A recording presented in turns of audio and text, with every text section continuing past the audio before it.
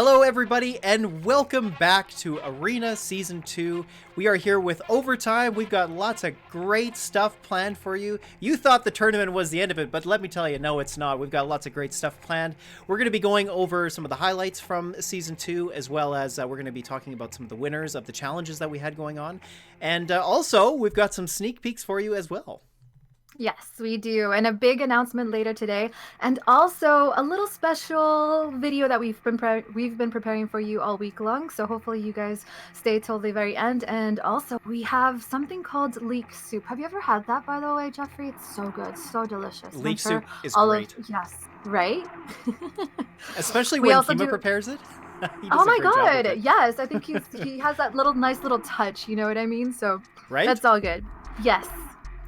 So, why don't we jump right into it? The first thing we're going to talk about is the tournament itself and just give you a little recap, especially if you weren't here for it. This will give you a chance to see how things went. So why don't we just talk a little bit about, first of all, how the first day went. So let's start off with that. Let me just switch over to the scene. Here we go. Okay, so here we are. So day one was round robin, and this was a very interesting day, just because if you look at Hammers, they were actually fourth place finish in day one, which was a surprise. But then we saw XOZ and Skyrose go completely undefeated, which was incredible. But Fiery Tail, this was a real talking point throughout the tournament. Fiery Tail managed to steal third place in the round robin. An important note is that for day two, this meant that they started in the winner's bracket, so that was a very important advantage. But then we also had the other four teams involved as well. So we had the Upsetters and Sweaty Synergy taking 5th and 6th place. And then we had Terminus and Team Salt, who unfortunately weren't able to make it through day one. They did get knocked out. But nonetheless, we had lots of new teams, lots of new players that came into the fold, and it was a very exciting day overall. Yes, indeed it was. And I was actually very surprised. I think a lot of us were also that Hammers, they weren't, they didn't really do really well against like Skyros in the beginning and stuff. So, or it was XOZ, I'm sorry. But XOZ definitely showed up on day one, Skyros as well. And even though Terminus and Salt didn't make it through, we still saw a lot of great action from them. So I'm hoping to see them again in future tournaments as well. And there were some really awesome saves on the side of Patinki. I remember that he also did during this tournament. Yeah, he did. Pontiki was he was kind of a bit of a talking point for us because in the Cladden Jeff tournament, he was known to be as Glove Tiki, and he definitely showed that again because he was making a lot of those really great saves for Terminus. It was unfortunate that even despite his efforts that they fell short, but the fact is, like, Pontiki was a great player for them. The other players were good too. I think a big problem for them was they just did not have enough time to practice. And that's an important thing going into these tournaments. It's a team-based game. You really need to have a game plan put together. You need to know what you're up against. A big part of this tournament too were the bans and drafts. That played a huge role in how a lot of these matches played out. We saw stuff like Quantum getting banned. Black Tusk even got banned because this was the first tournament where the 3 starters could be banned, and we did see that take place. Havoc was banned a whole lot. Rocket Strike was banned a lot. Super Shield. So some of these more prominent strategies got banned, and I talked to a few of the players after the fact, and one of the things that they highlighted to me was that they did their research on the other players and teams and figured out what kind of strategies they were going to be up against, as well as these teams were scrimmaging against each other throughout the last couple of weeks. So that was really great for them. But it turns out that this was informing a lot of the ban and draft choices, which was very interesting overall. And it really did make a big difference in how these teams played against each other. Yes, it did. So another thing to note is that a lot of these newer teams, since they are new teams that maybe have been playing just for a couple of months, maybe even a couple of weeks, a lot of them don't have all of the weapons. So since this is the first tournament that all weapons could be banned, a lot of the other teams ended up banning. We did see a lot of Black Tusk. We did see a lot of what's it called? I forgot the other one that was banned. And it was a secondary. But anyway, like regardless, like they knew what to ban against them, so it's limiting their weapon pool already. So that is also a tactic that a lot of the more established teams did end up using. Either way, the newer teams, I also felt that they in speaking to them, since they had just started, they really didn't have the time to practice as much as the more established teams. So that is definitely something to take into consideration for the next tournament. So make sure that you do your homework, get your practice, and there's a lot of information that's actually available to us on the ARMAJET game itself. When you look at the player profile, you see what their favorite weapon is, you see what their KDA is. So that's information that a person, whoever is managing the team, coaching, or doing the analysis for them, can get that information from them. So Exactly. that's something to keep in mind. So yeah, that was day 1. So let's talk a little bit about day 2, which was also a very interesting day. We're going to show you some highlights from that as well. But yes, this was a very interesting day. We saw basically the top 4 teams from the round robin proceed into the winner's bracket. So that meant XOZ, Fiery Tail, Skyrose, and Hammers moved on. And then so it was Upsetters and the Sweaty Synergy that managed to get down into the loser's bracket. Unfortunate for them as they got knocked out in their first series. Of course, being in the loser's bracket and a double elimination does mean that you only have one chance, and they weren't able to make it through. Fiery Tail and Skyrose both being very dominant forces. But one of the series that was really exciting to watch was XOZ versus Skyrose. And I know that in talking to both of these teams that they were really looking to play against each other, and Skyrose really wanted to come out ahead. They've been trying to become the #1 team for a while, and they knew that XOZ was going to be an obstacle that they had to overcome, and they did it. They did such a great job throughout that whole series. And then, of course, we finished it all off with the classic matchup of Hammers versus Skyrose, and that was really wonderful to see, going into 2 finals, in fact. Yes. Oh my God, that must have been pretty intense. And I think what ended up, I guess, harming Skyrose in a way towards the end was that they had been playing, I think, consistently for like the last 2 hours since they were moving up from the lower bracket into the upper bracket, fighting against fighting against Hammers. You know, the struggle, the endurance. You know, did they have the stamina to ultimately come out on top? And it just fell a little short. But I also have to highlight Fiery Tail. They definitely changed their gameplay. I don't know exactly what it was, you know, drinking some magical potion from day 1 to day 2. They It really seemed like it. immensely. Yes. And this is a team that is experienced in tournaments. They have been playing already for a year, about together more or less, on and off, switching a couple of members here and there. But I don't know, that was something that was very noticeable, I think, from day 1 to day 2. And I think Yes. maybe they were just had like some, I guess, you know, I'm just going to call it nervousness, maybe from day 1. You know, we haven't had a tournament in quite some time. Yes, we did have the Clad tournament. However, I'm not 100% sure if they actually did compete in it as a team. Either way, you know, it had been a couple of months, and Battle Ball was, you know, first introduced, what is it, about almost 2 months already, more or less? I think so. Yeah. I think it's been about 2 months. So I'm going to say that it's probably just like the nerves, the little, you know, tournament jitters from day 1. But, you know, they shook it off and they really outshone a lot more on day 2. They did. And I think one of the most interesting series was between Fiery Tail and XOZ. The fact is, they were able to push XOZ to the brink. They nearly beat them.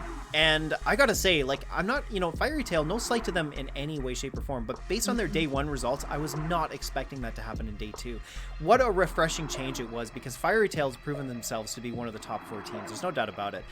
And yes, the fact that they could push XOZ to the brink of almost nearly losing that series, that is amazing, because we saw their other series, like day 1, they were undefeated. I think everybody going into day 2 was thinking, gosh, maybe XOZ might take this.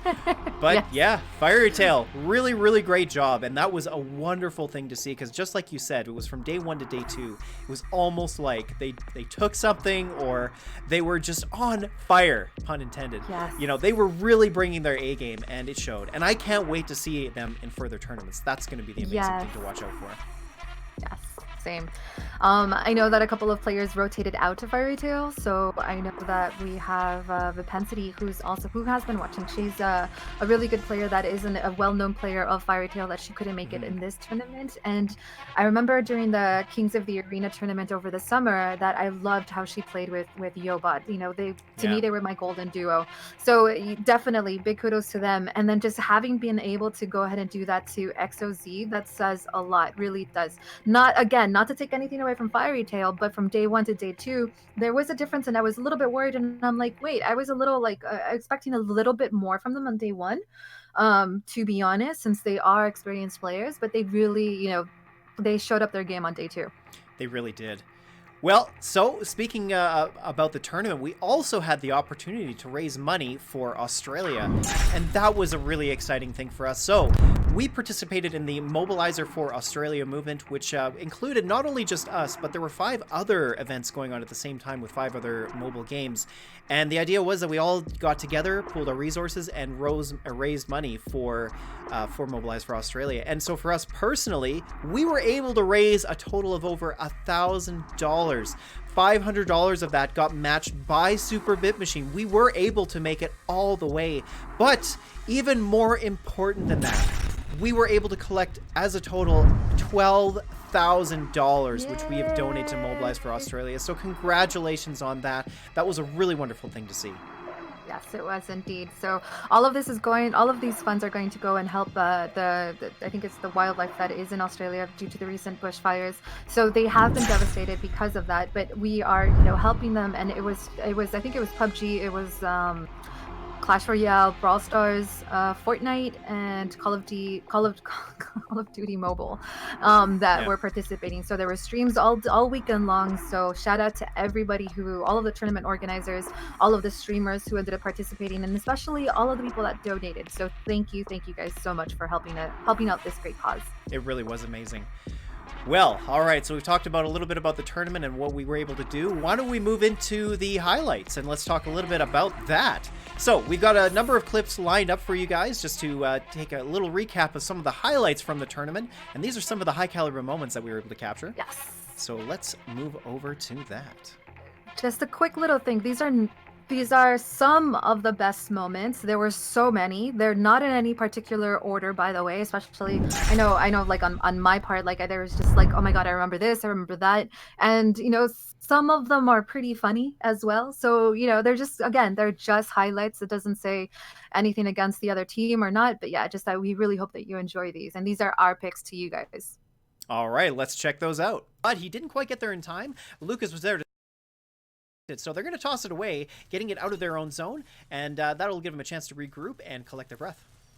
So yes, Skyrose is actually out and about. They're being a little bit more aggressive here, and Elsif, all 4 of them. My gosh, what a push. All 4 of them came at the same time. Everybody pushing through the top was too much for Skyrose to defend against.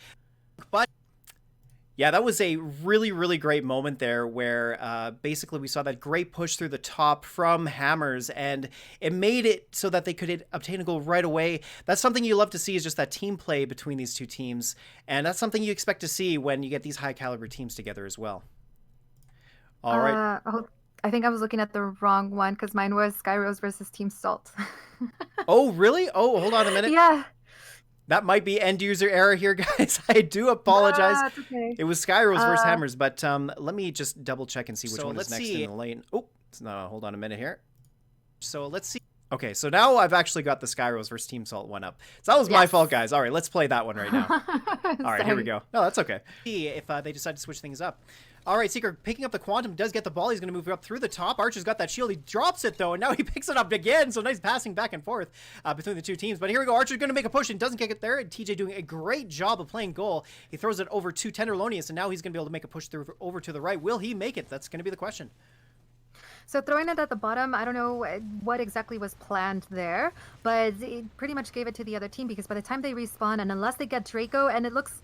Oh, man. Insane. That was so close. Draco said nearly got it, but just got taken out just in time. But however, Seeker's got an opening here, and he's going to get it. Oh, this is just short. Holy smokes. Game of inches here, folks. This is getting real close. Oh, it gets the dunk as well. Braun getting taken out by TJ. That was so close.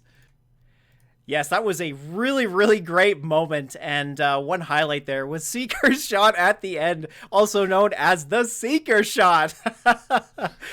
You see, he was so close to capitalizing on that play where he basically cleared the left-hand side, and he had that thunderstorm as well, so he had a really good shot. But he just threw it just under the goal. It was very close. Dracosad nearly coming close as well. All right, well, let's, do you want to load up the next one, Sapphire?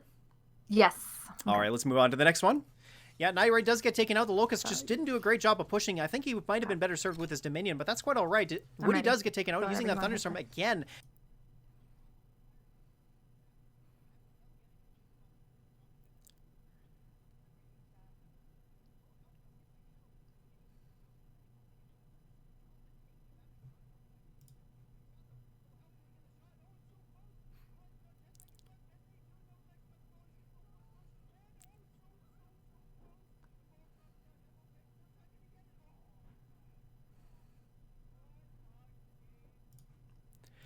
That was incredible. Just all the concentration of everybody towards the goal at the last possible second, nearly winning the game. And that was why this was a highlight from the tournament, is because they were nearly able to tie it up.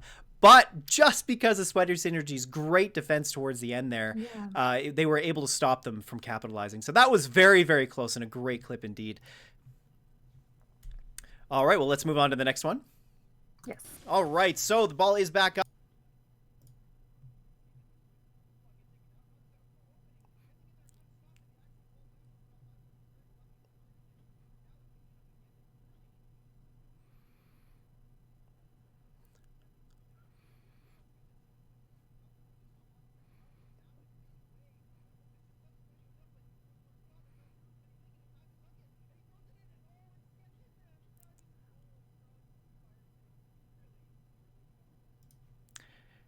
And once again here, this is just a highlight between Fairy Tail and XOZ, and I feel like this moment in particular really characterizes the matchup between the both of these teams.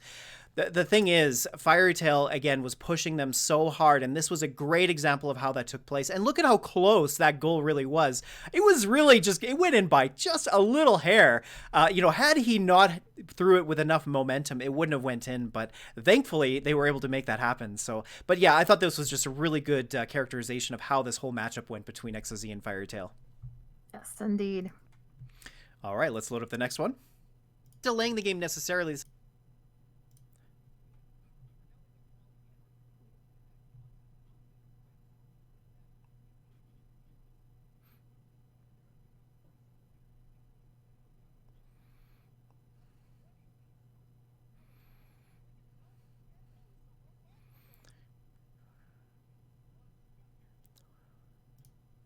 That was an incredible moment there because, as you saw, this was just this whole tournament, really, how everything was just super, super close. There were some very quick games, but in general, this is kind of what we saw, especially in day two, as we move through the double elimination rounds. And right there, that ball just caressing over the top of the goal, almost coming in. But then, of course, XOZ was there to stop it from going in. So that was a really great moment.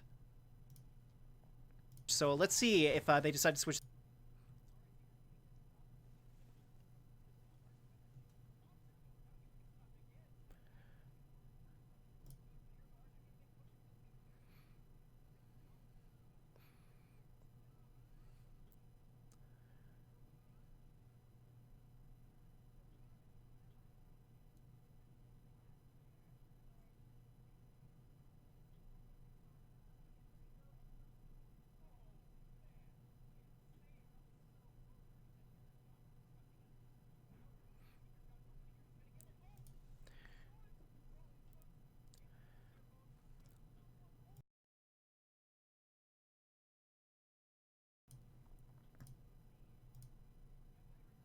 Sorry, guys, that was my fault. I realized we had already played that clip. However, it had Seeker in it, so you know what?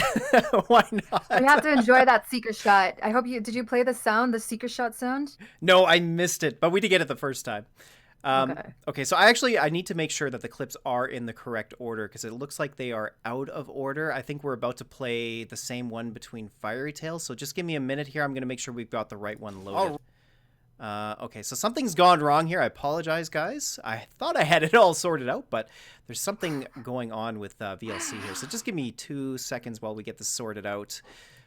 It should have loaded them all. We're not intentionally trying to bully Seeker into staying as a player, by the way. This is just, happening. And by the way, thank you guys so much for tuning in. And yeah, be sure to follow us on all of our socials for more information. If you guys aren't part of the Discord, which I'm assuming that all of you are, because you guys are, pretty loyal followers of ARMAJET. And again, so thank you guys so much for tuning in and watching. And we're trying to figure out what's going on with the sound. And I think we have one more clip from you. Is that correct? No, I think we've gone through all of mine. We've played the 5 so far. Okay. So we're going to actually move on to yours. And I do have them loaded now. 6? Okay. Yes. Okay. So sorry about that, guys. We do have it all sorted out and we're ready to get this next one underway. So Before you started, I do kind of want to say a little bit something about it should be the Upsetters versus Terminus one, right? Yes. Okay. Yes. Only because on my end this stream is a little bit delayed, so I'm a little bit far behind. But there is something that I did want to say about actually all of these clips, and this one I think to me is complete. Like it's to me it's a massacre that's happening on, and then Upsetters ends up like sandwiching both sort of in a way sandwiching Terminus, and they were so good at doing it. And I don't know if it was by chance, but I think we definitely see great communication on the side of Upsetters on how they overtake Terminus. So whenever you're ready to go ahead and hit play, you can go ahead and hit it. All right, let's move back over to those highlights. And somebody was mentioning to me that the sound is not playing. So hold on a minute here. Let's. Okay. You want to fix that too? Okay, I do want to fix that, yeah. Yeah. So one thing for sure to be like that I kind of like really liked about this play was Tenshiki ended up using his super shield at the pristine moment. And if you pay attention to where Legendary was towards the bottom, he was at the bottom left side, and then he goes back and he ends up supporting Killer Penguin as he's respawning. And another person to keep in mind here, another person to keep an eye on is Clad. Clad and Cut was on the other side of the screen. He flies in all the way to the right and flies right back out. And he is also a great support person, a great support player to watch on here. Like he just literally, his movement was just great. And I think really the way that the whole team ended up playing out, or I guess, moving into it was what really made them shine here. So yeah, whenever it's ready to go, we can go, unless you're still working on the audio. The audio doesn't seem to want to cooperate at the moment. Aww. The weird thing is, so I thought I had it all set up right, and I did even test it, but it's not. It is not coming through. So, do we perhaps just play the clips?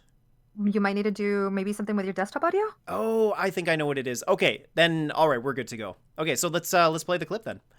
Okay, cool. All right, nice. Let me restart it. Well, it doesn't.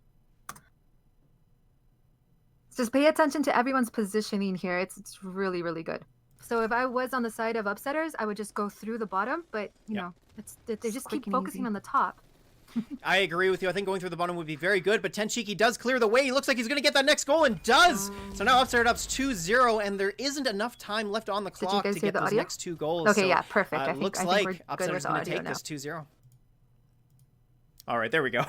Sorry about that, guys. Did you mute yourself, or just like... Okay, so, yeah, talk a little bit about this clip here. This was Terminus versus the Upsetters.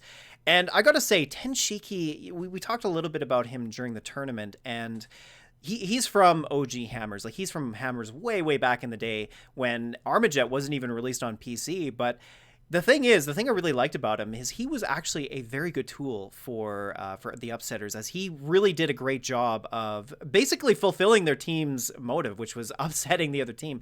You know, we saw him there using the Dominion, and he was quite effective with that, as well as we saw him using weapons like Black Tusk. And I'm trying to think of the other weapons he was using. But in general, it was really clear that the guy had some experience. Yes, for sure. Again, I really like to highlight Legendary and Clad. They were on the other, like, especially their movements. They like the way that they ended up like surrounding Team Terminus here was just, I think to me, was really, really beautiful. And again, I don't know, it was just by chance, but these guys really knew what they were doing. And again, these guys are streamers, right? But they do end up playing with other pros, so they can get those habits from them. So they are paying attention. They are picking up these good habits. And as you can see, they ended up doing just a really, really good job of just wiping out Terminus here. All right, let's move on to the next one. Yes. They are doing really well. What we're seeing a lot of, too, is Dominion play. Both Jacer and Night Raid using the Dominion to great effect. Again, being able to clear opponents very, very quickly is quite effective. And here comes the first Rocket Strike clearing, and now Night Raid's got an open shot. Okay. It looks like he's going to get it, and there we go. So that puts him up 2-0. Whenever you're ready to start it, and I'll speak after. Oh, we played it. My bad, Sapphire. No, it's okay. Okay, so yeah, this was the one where basically this was a really good characterization of Rocket Strike, and this was something we had talked about in day one. Was we weren't really sure if Rocket Strike was going to be one of the best ultimates for Battle Ball, but this was a really good example of how actually it turns out to be it was one of the best. Yes. So another thing that I have to mention is Night Raid's placement of his sentry. So his sentry, the way that I mean, the way when he placed it, it ended up killing a lot of people, or ended up being able to, I guess, lead Charlatan to victory. And so, like, what ended up happening here is like a conjunction of both the sentry and the rocket strikes ended up wiping out the team. But if you kept on playing it, towards the very end, you would have seen that like not too long later, after Team Salt ended up respawning, that sentry still ended up taking out one member, and it took two Hmm. people to go ahead and kill it down. So I think in conjunction, and I think in combination of the strike and the placement of that sentry was crucial, because not too long after, I think maybe it was 15 to 20 seconds after, they ended up making another goal into Team Salt. So placement of your sentries is key, and the timing of your rocket strikes is also key. So kudos to Woody and to Night Raid for that. 100%. All right. Well, you ready to load up the next one, Sapphire? Yes. Just All give me a right. second. Not a Or problem. wait. Because mine isn't sequence, so I actually have to go in there manually. Sorry. Okay. Ready. All right. Let's play the next one. Ball and stops it from going in. Trumpkin trying to get there as well, but Full is being the MVP here, the goalkeeper of this game, and tosses the ball away. Noxus with that shield tosses it over to Hambone, but takes him out. And now Noxus has got the ball with that shield. He's got a little bit of an opening. Can Wolflore stop him? And he does with that frag. Really great grenade. So what I'm seeing on the side of XOZ is they're actually throwing the ball away to the enemy team, so they can probably use their secondary, which actually means that they're able to secure the kill. And Wow, Hambone sneaks in there. Wow, what happened there? XOZ was caught. Oh, I love that clip. That was a good yeah, one. yeah. So one thing about this one to note, I call it the bottom lane fake or psych. So you have airstrikes falling all over. Nox ends up being sandwiched in, and he ends up getting killed, right? So Wolfcore goes to goes to the top, clears as the best that he can, but he ends up dying to Full. So in this case, Trumpkin ends up picking the ball toward the bottom, and then he passes it on to Yobot. He went what's it called? Trumpkin ends up taking it away, passing the ball on to Yobot. He's trying to heal up as much as he can. And Yobot, you see him starting to rush the bottom, but he like ends up getting like facing three members of XOZ, and he's like, no, no, wait, wrong move. Let me go back. So he goes back and ends up seeing that there's a clearing up at the top. So he ends up throwing it on to Hambone. And then since all three members of XOZ are at the bottom and Delike is barely respawning, this is an open lane for Hambone to make it. So I really, really like this play. And I don't think that I think this one was a tied game at the end, but just to me, this play, the way that everything was made out, was just really, really. It really was. Okay, ready for the next one? Yeah. All right, let's play that next clip.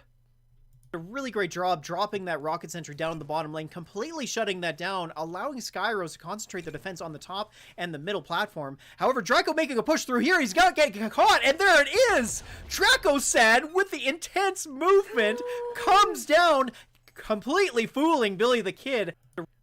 Oh man, I remember that moment so clearly. Draco, like, you didn't even really see it happening. There was one guy going from Skyrose, and that was Draco, and he was going through that bottom. Billy the Kid was there, but actually Draco moved past him, and then Hammers was just not able to kill Draco in a timely fashion, throwing the ball and getting that goal. That was incredible. I can imagine Billy the Kid's frustration having him reload the weapon as Draco just like, hey, what's up, guys? Like, just passing on through. Like, I can just imagine how frustrated that would have been. So I guess another thing to point out is make sure that you're saving up your oh my god, my mind went blank. Just make sure that your bullets, you know what I mean? I can't think of anything. Like, yeah, basically. But that's the only reason why Draco was able to make it through, was because Billy the Kid had run out of ammo. Yeah, that is something that's important to keep an eye on, is especially if you're using a weapon like Locust, where the reload time is really long. You don't want to just dump your clip, and especially when you're in a defensive position, you need to make sure that's available to you to defend, because that's kind of what happened. Like, it created this big opening, and Draco took complete advantage of it, which was really great for him, not so great for Hammers. Yeah.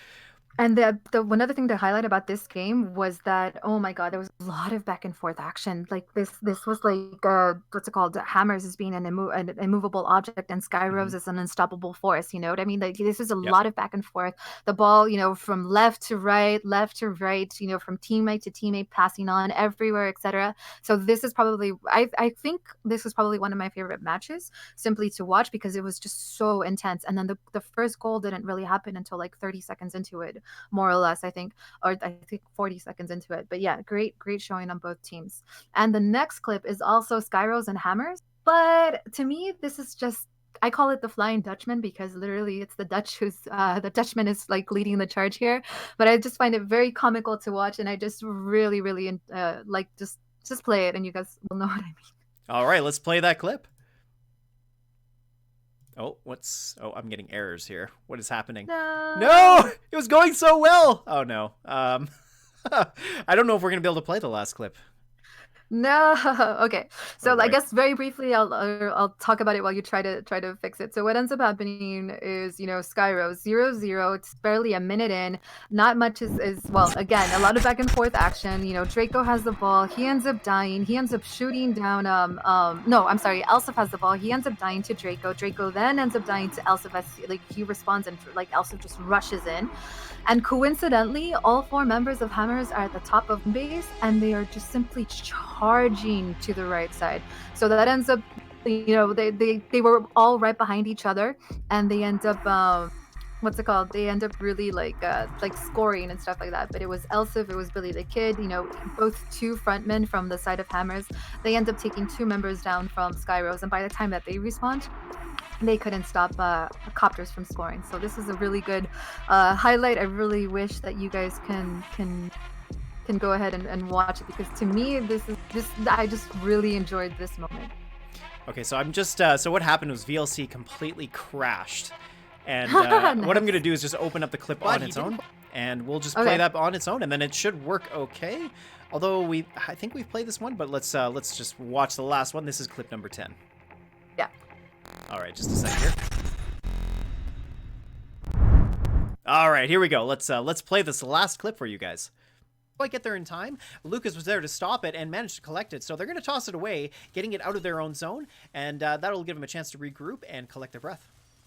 So yes, Skyros is actually out and about. They're being a little bit more aggressive here, and Elsif, all 4 of them. My gosh, what a push! All 4 of them came at the same time. Everybody pushing through the top was too much for Skyros to defend against. Yeah, we did. So we did play that one again. That is clip number 10, technically. But this was one of yours, I believe, right, Sapphire? So maybe if you wanted to chat about it.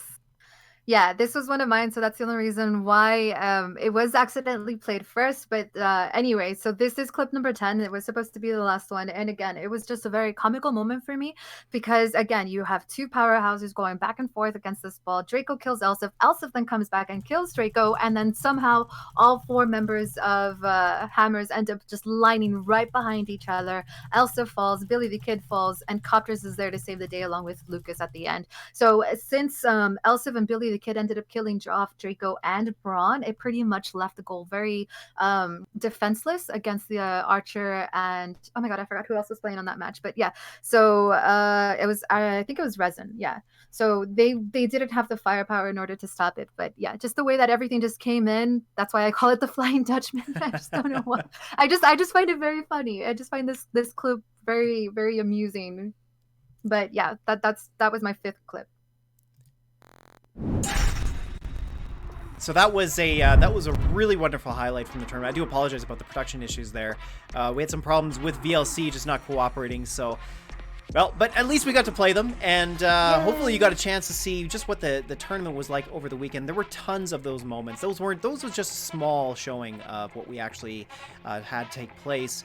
And it was really exciting overall. I think just in general, the tournament being so close, so tight, having some of the new teams come in, it was overall just a really wonderful event. Yes, I really did enjoy it. I think that is it for us for this segment. We still have a little bit more for you guys coming up ahead. I think we're done with the clips, right? Yeah. I believe we are. I don't know why I thought we had 6. Yeah. Okay, never mind. Or like 6 and 5. Never mind. Okay. Anyway. Okay, so I think, are we going to be taking a short break here, or did we want to move directly into the interviews? No, we need to take a break so that way they can join the call, and then it'll just be a very quick 1-minute break.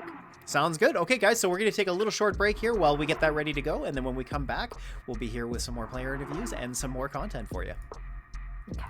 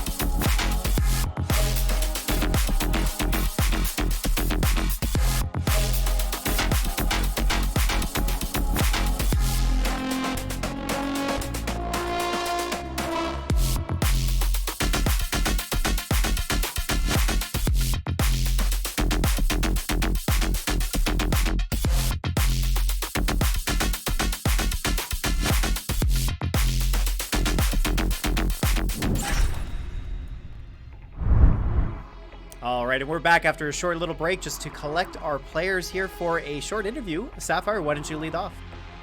Hi guys. All right, so we have Odds, Legend, and Draco here with us. Say hello, guys. Hello. Okay, Hello. Draco doesn't want to say. Oh, yeah, he did. Okay. What's going on, everyone? I was like, okay, you guys are a little shy.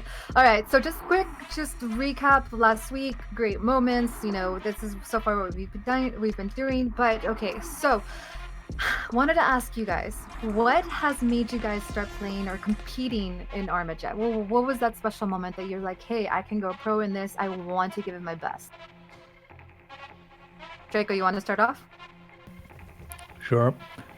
So I got into ARMAJET because of MGL. Tomek, the owner, asked me if I wanted to admin a tournament for ARMAJET. And yeah, well, that's how I got in. And then I started talking in the ARMAJET Discord, got to know the community a bit better, started to like the game, and just started to play. And when the PC version came out, I also got a new PC right before that, so I thought, why not try it out? And I did pretty good on it, so I kept playing, got into a few teams. First as a sub. Yeah, I was first a sub in Skyros, actually. I joined as a sub. And then now, 1 year later, I'm a main roster player. Nice. So. All right, so Legendary, what about you? Well, mine's a little different. So mine, I learned of the game because of Killer Penguin during BitBlitz 2018. I downloaded the game on my Android. I started playing it at work and got pretty decent on mobile. I ended up getting a nice enough PC to be able to play it on the computer, and started playing on there, and it just got gradually better, as I would think, hopefully. And then I seen the 4v4 tournament coming up, and I was like, man, I would love to be able to compete one time. And as everybody knows, I work 6 to 7 days a week. I work a lot of hours, so I don't necessarily always get to do anything in the weekends for ARMAJET. Usually weekends I don't even stream.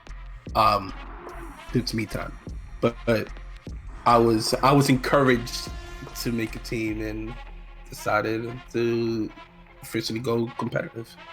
I know that I know I've seen you a couple of times in tournaments saying that you wish you could play, that you wish you could compete, that due to scheduling conflicts with your work, you know, you weren't able to. So how does it feel to finally be able to be playing in a competitive scene like this? I was nervous because if you guys could see me, just a place of setting, I'm at my store playing ARMAJET on my computer and hoping that a customer does not walk in mid-match. You didn't close the door, just like, you know, out to lunch? No. We were joking and saying that, and I was like, man, but you never know. That could be a $5,000 deal just walking into that door. So you never know. All right. So what about you, Odds? What was it that made you want to, not necessarily, I know that you have played before, right? I think I always see you mostly behind the lines now, but yeah. So I transitioned over to ARMAJET from Vainglory, and I was just a elo hell, you know, mid-grade player, and the toxicity crushed me, and so I was looking for something else. And Vainglory, ARMAJET was like, this is a breath of fresh air. It's a fun game. It's amazing. And then one day, I ran into Royal Havoc, and he'd be on the Fiery Tail team. He's like, hey man, you want to play? And I'm like, do I want to play? What is that even a possibility? and then met Ion and Dazik, and eventually Dazik asked if I wanted to manage the team, and I was like, are you insane? But I'll try. And it's kind of gone from there. And once those questions got asked, I was like, oh, this is cool. I want to do it. Hopefully we can do something with it. Yeah, and I see that you guys have now. Okay, so speaking of that, since you became a player, you started managing the team. I'm assuming that it probably wasn't that difficult for you to start managing your team, and if so, like how is it that you guys prepare for a tournament? So the management thing has been it's taken me a while to get. I think starting to get the feel for it. I'm used to coaching in a different sport, but it's different in esports. It's just we're all around the world and different time zones, and also you may or may not be invested, and so Yeah. hopefully we can get them invested. And at this point, it seems like we have a crew that's very invested, and we really just made it a point for this tournament in particular to spend time getting to know each other. We're pretty new this particular roster, as in like playing together, and so we put a lot of time in just playing together, but also working on our communications, working on some plays, and we've been trying to figure out what works for us in the sense of like zones, roles, things of that nature, and it really came together during the tournament. We had a whole bunch of different ideas going into it, and I feel we felt like we clicked. So is this kind of like a collective, not so much like, okay, since I am the the coach, like I think this is best, and then obviously a good coach takes into consideration what his players will say, right?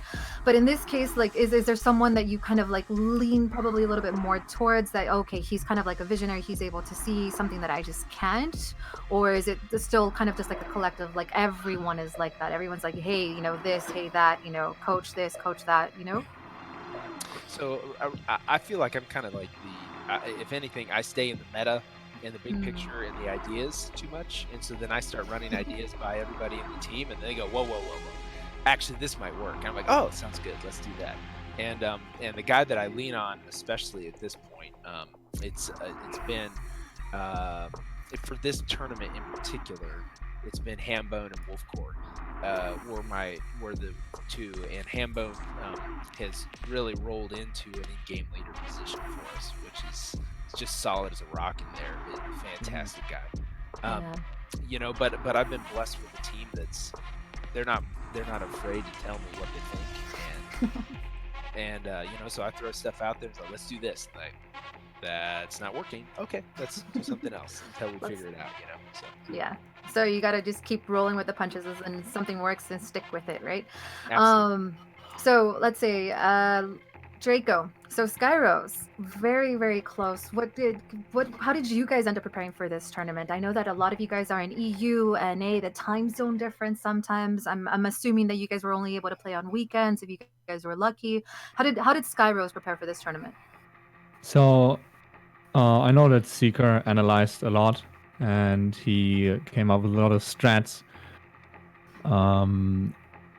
But I can't really say how the other guys really prepared for it, since I couldn't really play with them because of, as you said, the time zones and the IRL stuff.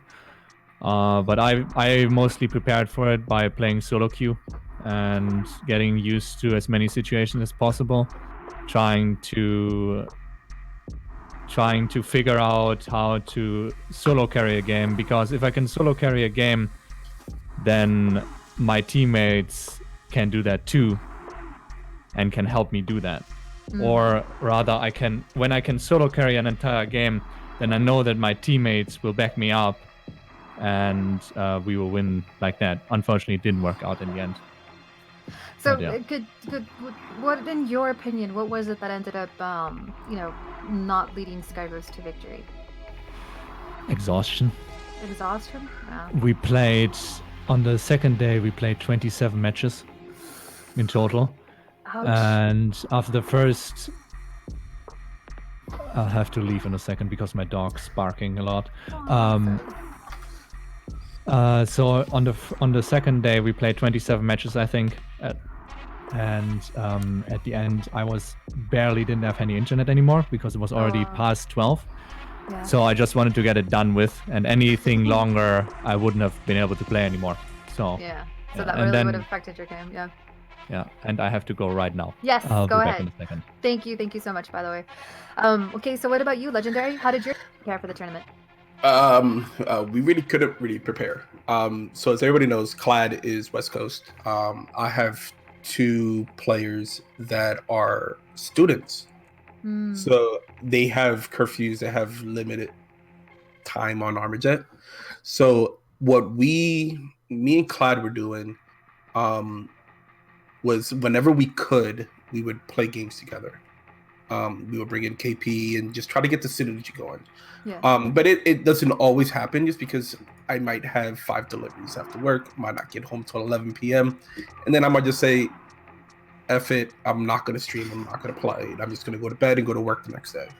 But, I mean, we try to do what we could with what we had. It's tough. Like I like what Draco was saying, it's sometimes better to do a solo queue.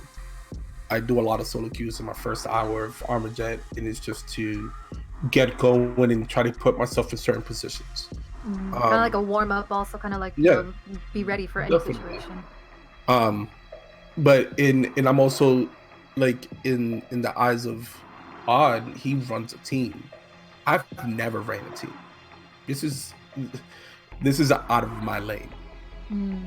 All I do is try to make people laugh. That's all I try to do, and hopefully win some games. So like now putting myself in that position, I really have to take care of 6 other people. Yeah. That are gonna try to represent the upsetters. And so I mean, I got some stuff that's in the works now, and we're doing some scrims with Sweaty Synergy that's gonna be lined up for a couple of weeks. And I mean, we're going in the right direction. But for that particular tournament, we couldn't do it. I mean, I had a week before then just to finalize my team. And I mean, I had high hopes to get into day 2. I know a lot of people didn't put us into day 2. We got the fact that we got into day 2. Just it shows a little bit that we can as long as we're consistent and we can get better and keep practicing, we can keep making it to day 2s. So you as the player, did you find the transition hard from a casual to a pro to a coach in like I'm gonna say less than 2 weeks? Did you find it pretty difficult, or was it something that came naturally to you, perhaps? Not definitely not from a casual to a pro, because I mean, like I've said this before, I play with Elsif, I play with Lucas, I play with Noxus, I play with everyone that's a top tier player, and I have been for it'll be 2 years for a year. I've been playing with them for a year consistently, so I've had a lot of stuff engraved in my head already. And I've talked to Seeker, and I'm saying Seeker has taught me a lot of things. So I have a lot of stuff in my head that I haven't put out yet. And it's just because I have to find the perfect team to apply it to. Now that I'm a coach, and necessarily now I'm not the only coach, because Clad is my co-cap. So it's me and Clad's team. It's just not mine. So me and Clad, we can always bounce ideas off of each other. Be like, hey, you think this would work on something? Like, I mean, he got placed as a captain because I couldn't play Saturday. Okay. But none of the decisions were made by one person. It was made by the whole team. So they do say that 2 heads are better than 1, right? So yes, definitely. All right, so let me move on to the next question real quick. So what was your absolute favorite moment from last week's tournament? And what was your scariest moment, though, as well, that you're like, like, darn it, I have to, like, really get on the ball type of thing? Okay, I want to go first on this one. All right, so my scariest moment was 3 seconds into game 2 of Hammers.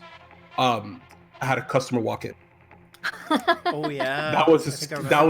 That's what happened. So for everyone that was thinking that I raged because I rage on my streams, I rage on streams because I like to get views. That's what I do. So get just to let content, you guys boy. Yeah, we get that content. But I would never ever flake on my team on a tournament. But I legit had a customer walk in. That was the scariest moment. Hey, and just I did close that sale. Nice.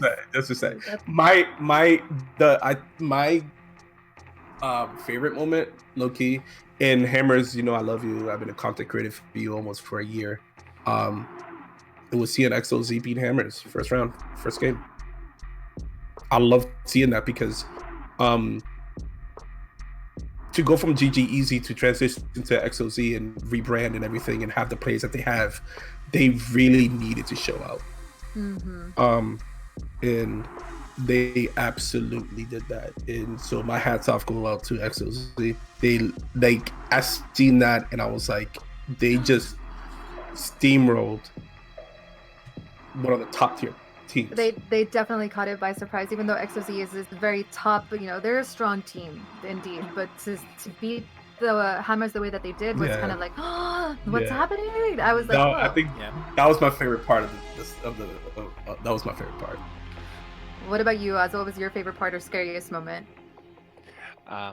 So scariest, I had to start on the negative side, but the beginning of like any tournament. So that first one and XOZ, you get to be part of both of mine. But XOZ at the very beginning is like, oh my gosh, so what are we gonna do? This is like a powerhouse team coming in, and we don't know for sure what's going on, but what's gonna happen. And they shut us down really fast. I was like, oh crap. This is going to be a long tournament. But then what built out of that, the team came together afterwards. They worked on a couple things, and that's where everybody was talking about the something changed. That's where it began to happen. It's right after the XOZ match. They started work on a couple things, and I didn't say a word. It was them, and they clicked and they owned it. And then the next day when we had our first match against XOZ, I can't even say how proud I am of them. They just did such a good job bringing it up against such a good team, and we came doggone close, and I think we made them sweat. I hope we did. It was a great match. Super proud. If we could shake hands, I'd be shaking hands. It was great. Of course. Yeah. Definitely great moments out of that. What about you, Draco? So, favorite moment, scariest moment?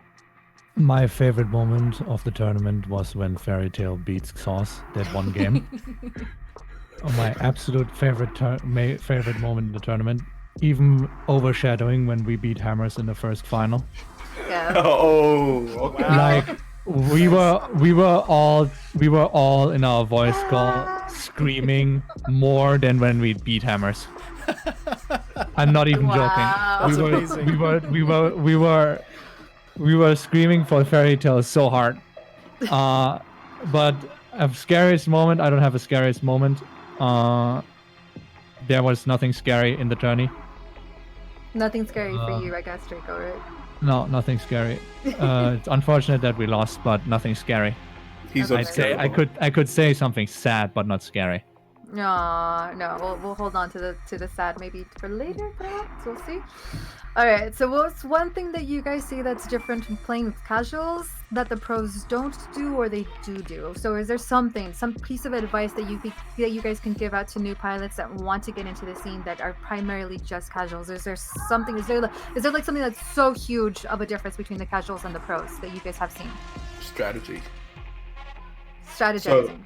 So I mean, and this is me. I'm a casual player. I'm not a competitive player, as you know. I mean, my rap sheet only says one. Now I am. Now I can be considered as competitive. But there's a loadout for every map. Don't use every single gun. Every one weapon for every map. Play with your team. Don't go in guns ablazing, because those deaths will come back to haunt you at the end of the day. I've learned now to be able to weave in and out of certain fights that I want to take, and map awareness is so huge. Knowing when to boost, knowing bunny hopping and extending that boost, and just knowing what primary and secondary work rather well with each other, what ultimate works well, it all goes. That's one thing you have to learn before you can actually hit that competitive scene. Because it works. I have 100% armor. I have every single weapon, every single gun. I've worked with every single weapon. I've used every single secondary. I stick to a certain key, and I learned what works with what. And I think that just made me what I am now, and to be able to hit that pedestal to hit competitive. So that pushed you from casual to pro, basically doing your homework, right? It's just like Oh, making sure definitely. you know every weapon, know the maps in and outs, know the placements, know the respawns, etc. What about Draco and Odds? Do you guys have any advice? Go ahead, Draco. Okay, so difference between a casual and a pro, like OP said, strategy.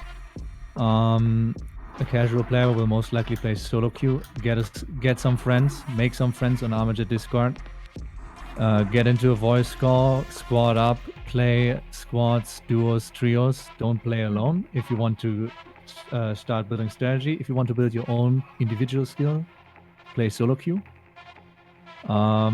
Any advice? Don't play like I do on stream.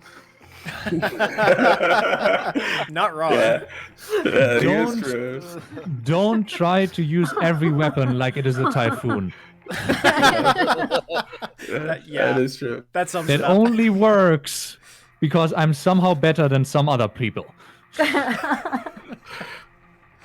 And only sometimes as well. 10k Sometimes. Vela bots are scary. Yeah, it's true. Yeah. Odd? I would just say movement, and movement some more.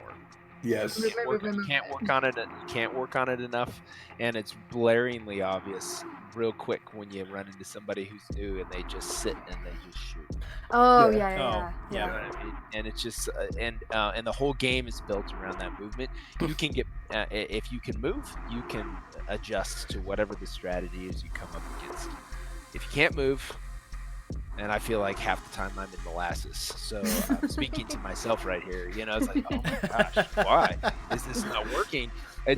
But you know, so much of it is my movement. And you watch in the tourney, you know, you watch the top tier teams and everything else, and their movement is just so good.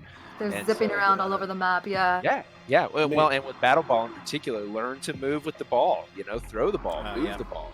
Yeah. Do things that allow you to be free to move, and but movement, and don't get stuck on one weapon. Oh yeah. Don't get stuck on one weapon; you'll only hurt yourself. So those would be mine. Be versatile. All right, guys. Thank you guys so much for stopping by. But I do have one more last question, and this specifically goes out to Odds. Tell us a little bit about City Jet, Virginia. I know it's going to be a LAN event happening in Virginia, but do you want to give us a few little details? Yeah, it's going to be in Fairfax County, Virginia, Nova, and it's at a place called The Cave, right next to George Mason University, and we're going to be meeting right around 2:00 Eastern time, go till about 5, and then we're looking to go find some good food later on. I'm working on a whole bunch of different options. Yes, I see ARMAJET ale. We will bring the ale. And, I can't have no L. but if you bring, if you have any questions, shoot them to Yaxie, myself, or Legend, and we will get them back to you. We'd love to see as many people show up as possible. The Cave is an amazing place, and they are super accommodating, ready for us to show up. And I wish I could go. Yes, right? Yeah, that'd be nice. Imagine Jen and I there. Exactly what day is it though? Oh, I'm sorry. you mention the I'm date. sorry. Yeah, I remember the time. I was so proud of myself. No, February 23rd. February 23rd, 2 p.m. at the Cove, right? Yep, at the Cave. Yep, at the Cave. Nice. All right, Someone guys. give me money for a flight. Yeah, come on, Draco. Come on. We got you, Draco. We'll be going live right after this, taking donations for Draco. Right Definitely. Well, thank you guys so much for stopping by. And do you guys have any last little comments, I guess, for the stream or anything? Or Always have fun. yeah, It's a game. It's a tournament. Yes, you want to win, but it's always about having fun. Get good, LMAO. Okay, Draco. And the ARMAJET community is one of the best ones out there. Thank you, everybody. Yeah. It's a privilege to be a part of this. Yeah. Yes. All right, guys. Thank you guys so much for stopping by. So, Jeffrey, let's go ahead and move on. I think we will be doing. Let's see. Yeah, we're gonna be doing a couple of recaps, and then we do have leaks. So stay tuned for that. And I think we have a special video. I just don't know if we're going to be doing it right this second. Let's see. So we're gonna move into a stats recap from the tournament, and then I do believe we have a video prepared, a little special something for you. And then yes, even beyond that, we'll have some leaks to show as well. But let's jump right into those. So we're gonna be showing you some of the statistics that we collected from the tournament itself. Yeah.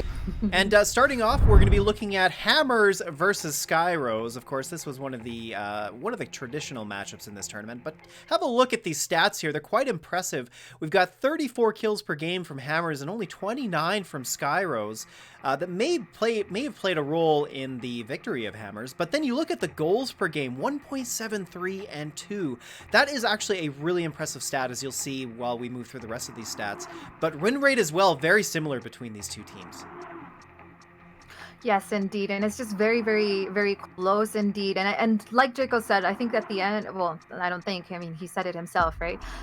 It was exhaustion to the end, and it was 27 games, but 27 games and a win rate of 64.5%. It says a lot. So, very, very similar statistics here. But just the Hammers on the kills, obviously a little bit more, but very, very close indeed, all around. Definitely was. All right, so looking at the next one as I load it up here. I'm not sure why it's not moving over. Just a second here. Why isn't it switching? It's not switching. I'm not sure why it's not switching. Hold on a sec, guys. Let's try this. Sorry, guys, it should be switching over here. Let's try this. There we go. Yes. All right, okay, so we got XOZ versus Fiery Tail. Again, one of the great matchups from this tournament. So have a look at this and just think about the stats that we just saw. So XOZ actually had 38.1 kills per game and Fiery Tail only 27, but even though there was that much disparity, the matchup between these two teams was very close. So actually, I think looking at this stat, even though there is an 11-point difference between them, that doesn't really tell you how much of a difference between these two teams there was. But then we look at goals per game, 1.6 versus 1.3 for Fiery Tail, so again, very close. But then here we go, the big difference between the two teams here, the win rate, which was almost 60% for XOZ and 47.1 for Fiery Tail. That's a 10%, almost 11% difference right there. And it's a little bit, I don't want to say that it's huge, but it's significant. You know what I mean? 10% is quite a substantial amount. Mm-hmm. Either way, though, if you compare the kills per game and goals per game, they're very similar too. And yes, even though XOZ, did have a lead on by 10, by 11, I'm going to say that's probably full on XOZ's point. But again, he was just very chaotic in those games. He did a lot of damage to any team that he ended up playing up against. But either way, they're very, very similar as well. Definitely. Okay, so moving on to the next one, we got Terminus versus Team Salt. These were the two teams that were dropped out in day one. So as you can see here, this kind of tells you the difference between some of the more pro teams that we've had in here and some of the newer ones. So although their kills per game were pretty good, we see 26 from Terminus and about 24 from Team Salt. The goals per game here is 0.2 and also 0% win rate. So they didn't even win any of their games. But, the one thing here to kind of note is the kills per game was still pretty decent, and although kills don't win you battle ball games, they do still play a role in terms of just being able to clear them out of the way and open up defense. So I think that in terms of mechanical skill, these teams are definitely skilled. Like, they've got players who know how to play the game, they know what they're doing, but it just seems like, based on these numbers, that the strategy just wasn't there. Yeah. I will kind of say that, kills per game, it's not the only factor, but it definitely seems to be a trend. The higher the kill count that you do have, the more likelihood that you are able to open up that lane for your team to push through. And you're pretty much leaving the score wide open, or the goal wide open on their side. It's easy again just to go ahead and put in the score. Again, it's not the only factor that's determined, but it is important for sure. Definitely. All right, let's look at our last matchup here. We've got the Upsetters versus Sweaty Synergy, and these were the 5th and 6th placing teams. So here we have 16.4 kills per game and 23.4 kills per game, so a little bit lower than the ones that we were just looking at. Goals per game a little bit higher, though, and of course this was a big difference, even though it doesn't seem like a lot more. We're talking about 0.4 or 0.6 difference. Really did make quite a difference overall in their success as they did move on to day 2. Their win rate, of course, as you can see here, is quite a bit higher as well, at 22 and 30% respectively. Very, very nice indeed. And yes, again, amongst the top tier teams, you do see the kills per game a lot higher, but between Upsetters and Sweaty pretty even. There's maybe just like a 7 or an 8 point difference between them, and these two teams still made it on top. And it wasn't that much of a difference in regards to the last two teams that we had, Team Terminus and Salt. But either way, I do remember that on one of those, I think it was on day one, Upsetters actually had a total of 103 kills, which says a lot about them still being able to move from day one to day two. And I think that's where Legendary was talking about his strategizing team, even though he didn't have the chance to practice as much. But that's where that comes into play as well. Yes, kills are important, but there's a lot more to battle ball than just getting higher kill counts. Definitely. Okay, well, guys, I hope you enjoyed that little recap of the stats that we collected from the tournament. It was a very exciting day overall, and also really interesting to just collect some statistics, because this is information that will help feed further tournaments, as well as help these teams start to see some of the impact that their gameplay has on their success. Okay, well, I think that means we're going to move into a really exciting part of the show today, as we're going to move over to a tribute video we put together. Sapphire, why don't you tell us a little bit about that? So this was a little video that we asked members community together for the one and only Seeker. Yes, he announced his retirement on Sunday last week, so it's been about a week more or less. Well, it has been a week actually, and he decided to step down for a few difficulties that he's having with his arm.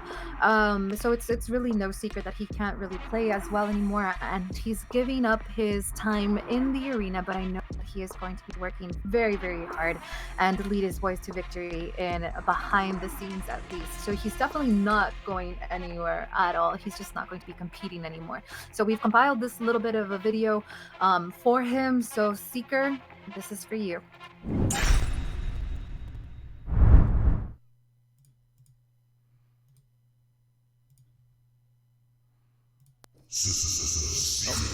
Hold on a sec, guys. Here, we're just trying to load the video, and there it is. Okay, we're good.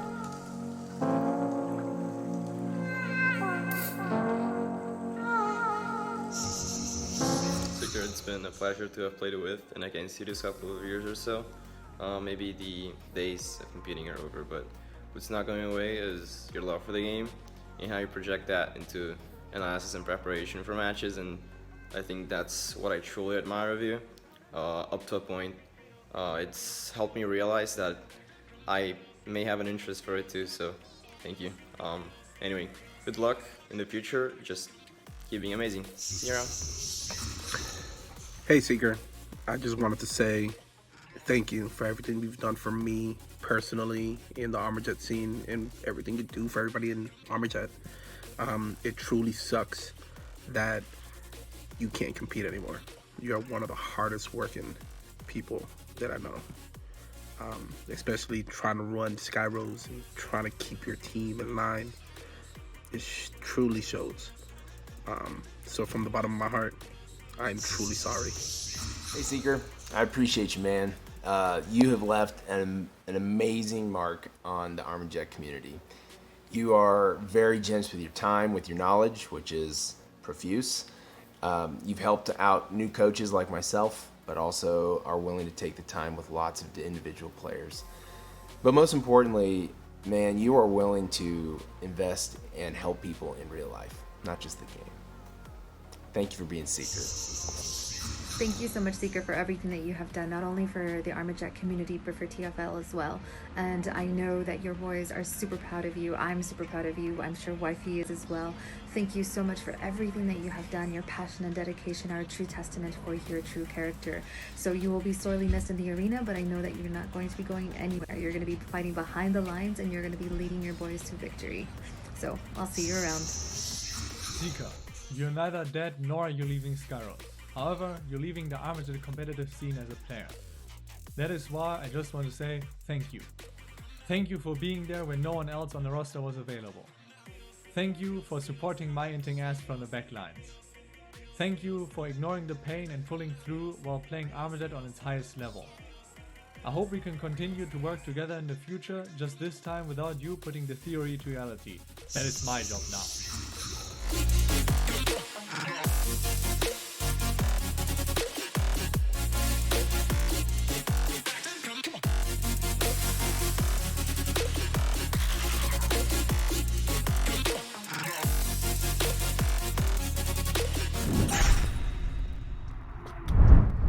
Wasn't that just lovely? So heartwarming, and a great way to show what this community is all about. Because Seeker, we love you. You are a great community member. I'm really glad to see that you're going to stick around. It's unfortunate that you won't be able to continue playing, but I know you're going to be here in a lot of other ways. So our hearts go out to you, and definitely we're glad to have you as part of the community. Yay! So again, thank you so much, Seeker, for everything that you have done for this community. And yes, go! I think and enlighten your board. So that I have a feeling that this year it's definitely going to be your all's year. All right. Well, this is actually moving into one of the last parts of our show, and that's going to be a sneak peek at something. Guys, we have the leaks ready for you. It's been cooking, and the leek soup is prepared. Wait. Are you ready? Am I ready? I don't know if I'm ready. All right, wait, should we leak soup? Are you sure we're ready for this? Because this is kind of huge. Like, I don't... The ARMAJET can take it? I don't think so, but they're just going to have to. Oh, well. Okay, so... I have no choice. So what we're going to be doing is we're going to be doing a little interview here with a fellow friend, and let's just get that ready to go. Let's just confirm with him that he is here and ready. So I just have to remind a few people to send me the information that they need to send me so that I'm aware of it, because I don't even know what's up ahead, guys. So it's gonna be interesting. It is going to be interesting for sure. Okay, so he is here. So let's get him into the voice call then. Neil, are you there? I'm here, guys. Hey, Neil, how are you? I'm great. Thank you, guys. Thanks for having me on. Oh, my pleasure. Well, I hope you've been enjoying the show so far. This is going to be really exciting, though. I know you've got some really interesting things cooked up for us. So why don't we just jump into it? Are you ready, Neil? I am, certainly. Excellent. Well, so why don't you start off with telling us a little bit about yourself? Okay, so some of you may have seen me around the Discord for the TFL. I am one of the co-founders of the Forge League, along with Kima and Mac. Mac kind of hides in the background a little bit. He's our wizard behind all the graphics and everything. And obviously, Kima's kind of like the glue that keeps us all together and keeps pushing forward so we can create these amazing tournaments for you guys. I'm also the co-founder of Stream Interactive. You may have seen the logo around. You may have seen our roles in Discord. And I'll get onto a little bit about what Stream Interactive is in a moment. I'm also the technical director for Hammers Esports as well, so you guys might have seen me over there. Wow, so you wear a lot of different hats then? Yes, I have many hats, many hats. I have one for every day, let's put it that way. Right on. Well, speaking of Stream Interactive, this sounds like a great time to talk about that. So could you tell us a little bit about Stream Interactive and what that is? I certainly can. Basically, it's the heart of all the tournaments that we've been doing now. I've been with Hammers for about 4 years. I was originally brought on as a developer there for, if any of you guys were back around the CRL days, the Clash Royale League, we actually created the whole production system that actually powered that. Wow. Now, the overall goal of SI is basically to make streaming and the subset of streaming and producing high quality tournaments much easier for people. We tend to like focusing on small productions so we can give them more of a professional production quality, so we can increase the engagements for users and give basically quality of life to the stream. I mean, you guys know how hard it is. It can get quite intimidating when you're sat there and you've got 50 monitors is not enough. We all know that. But if you could sit there with 50 monitors, it would probably make it easier. The job of SI is basically to take that job and make it a lot easier. So obviously it started back with CRL. We had a passion for creating high-end production feel with minimal requirements. So people with lower end PCs, people who didn't have the staff, and the big one is decentralized staff. Now, I probably don't know, but the Forge League is run by a team of people from across the globe. Myself over in the UK, we've got the guys over in LA, all across America. We've got people such as Elsif, who's over in the Netherlands. So we're quite spread out, and obviously it can get quite difficult to try and put a stream together when you have such a decentralized team. So that's something that we really focus on in the core of SI. That's amazing because so I've run a few tournaments myself for another mobile game, and doing it with just Streamlabs and doing it all on by yourself is a huge challenge, especially when we're talking about, you say, small production events. I like what you say about that because in general, those are the ones that really need the love the most. Like you look at League of Legends, well, they don't really need much help there, but you look at games that have tons of esports potential, like ARMAJET, for example, and I think what you're doing makes a ton of sense. So that's really exciting stuff. I'm glad you like it. We really do enjoy doing it, and hopefully we can continue for many years and bring more games into the fold, perhaps. Obviously, ARMAJET has been at the core of our business for, well, since Alpha. Obviously, we've been trying to produce tournaments for it for a while now. And then TFL was born last year. And obviously, we're on to Season 2 and possibly even Season 3 coming, maybe. Ooh. A potential leak. And also, yeah, potential leak. Don't tell anybody I said this, but there is talks on the line of perhaps Challenger leagues as well. Oh, well, okay. So, well, speaking of all of this exciting stuff, so I think we actually have some leaks who prepared. So, Neil, would you like to jump into that next? Yes, just give me a second. Let me get up the first clip. I'll say clip, it's just a screenshot. So basically, before I get into this, you guys probably had dealings with my affectionate friend, aka the Blacksmith. The captain certainly did, and we had a lot of good feedback from the bot, which basically powered our whole tournament last weekend. Now, when we did CRL, we had a system which was a draft and ban simulator. Okay, now we're bringing that to ARMAJET and to hopefully the other games that we bring via SI, via TFL, and hopefully with other tournament organizers as well. So what you're seeing on screen now is basically the series creation. Now this is going to be public for everyone. Now a lot of people did ask with the ban bot, could they have access to it? And unfortunately, it was only admins of TFL that could actually start the bot. So we decided that we were going to go ahead and make this draft and ban sim. Now, it will be going forward into Season 3. We will be using this. But you guys once it's live, you guys will be able to use it. You'll be able to practice with it. And as you can see, you can put all the details in. Team name, captain's name, what game mode you want to play in, and the series length. And then what will happen is as soon as you hit create series, we'll move on to the next picture, which is our coin flip. And basically it will automatically decide, like the bot did, who would be the Alpha and Bravo teams. It'll give you the room code that you can enter as well, so make sure that everybody gets all the information that they need. And it'll display who's Alpha and who's Bravo. You've got your team name and your captains, and basically both teams will then wait on this screen until your admin is ready and both team captains are ready, and they'll hit the I'm ready button, and once everybody's then ready, the ban and draft simulator will start. Now this is all live, so you'll basically be playing this together like you would be doing on the bot. You'll be seeing all the information in real time, and basically it just makes things a lot easier. Now here's a leak for Season 3. This will actually give us the opportunity to do live drafting on stream, which is absolutely huge for us. Beautiful.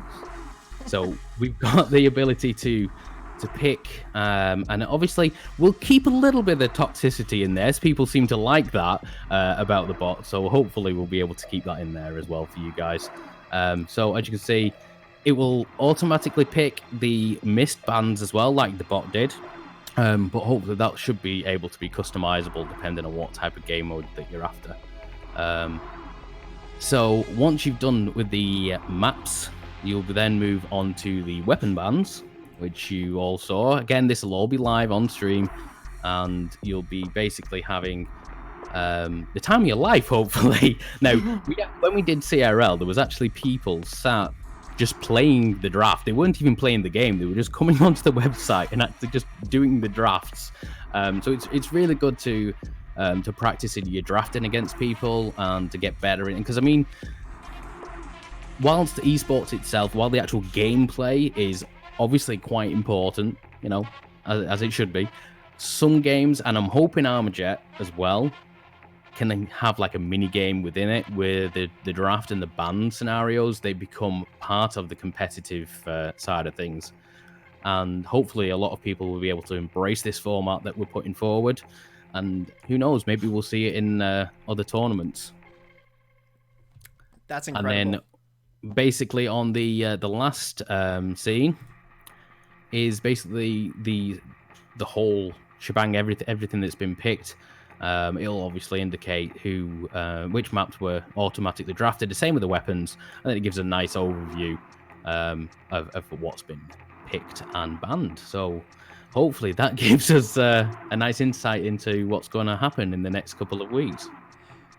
Wow, I'm really blown away by this entire thing. This is the kind of stuff that's really going to put the polish on ARMAJET Esports. This is the kind of thing that we really need to see.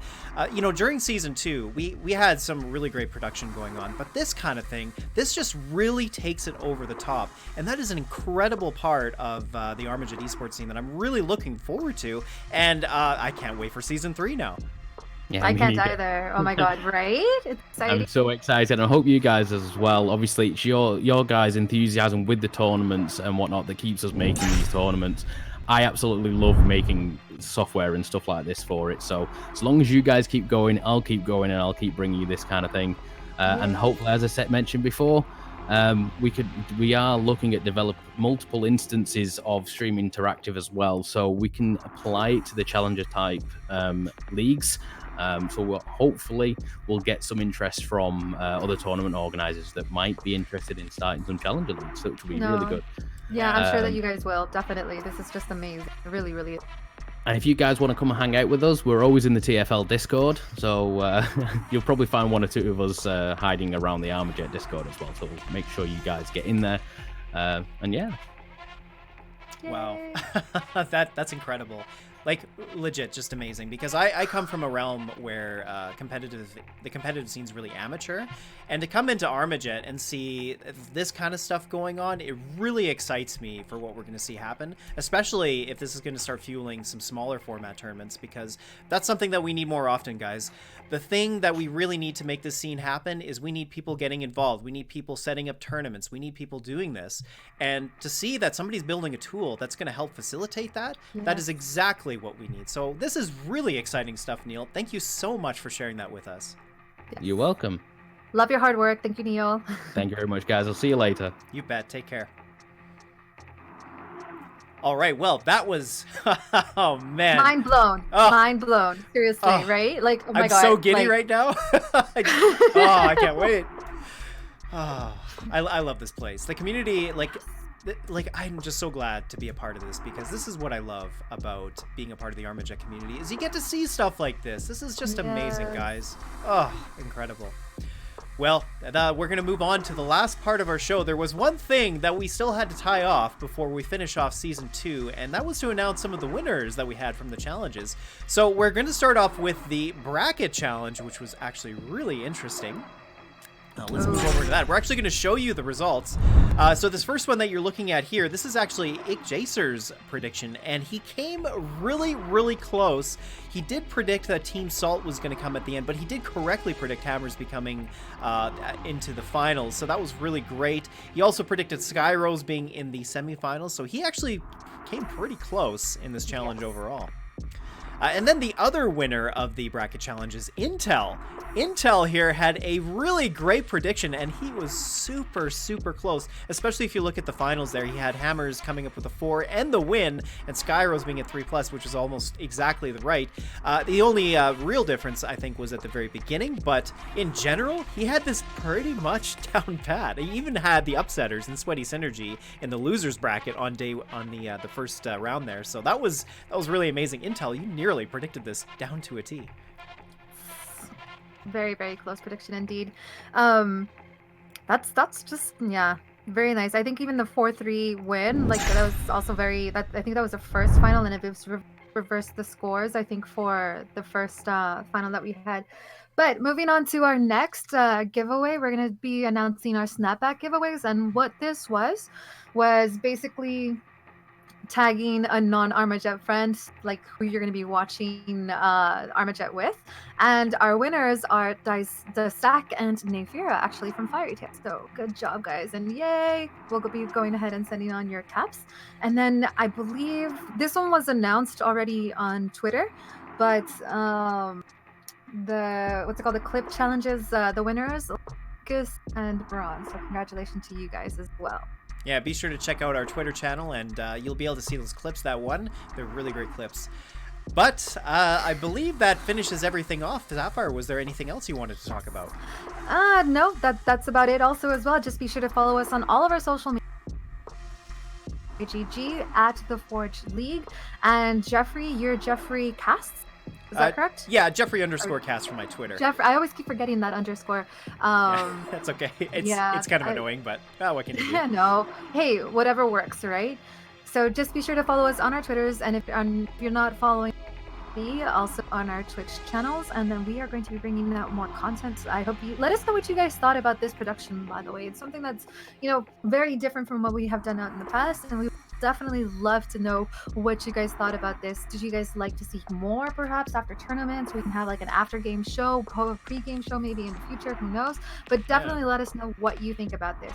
And that's it for me. Oh, and if you guys haven't, well, I'm sure that you guys have, but just in case anybody that's new that's watching this, be sure to also be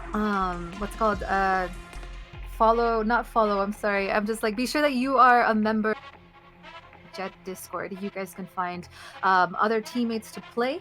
Everything that happens that's going on with ARMAJET, the game, is also be said there. And then I think that's pretty much it for us. All right, guys. Well, we are going to finish things off here. We're going to finish. We're going to replay that Seeker tribute video for you, and then we'll end the stream. All right, guys. Thank you so much. This has been really wonderful. What a great way to cap off that incredible tournament that we had on the weekend. And thanks for everybody for coming to put this together. Thanks for Neil for putting together those great leaks, which I'm really excited about. And also thank you for the community coming together and putting together this great video.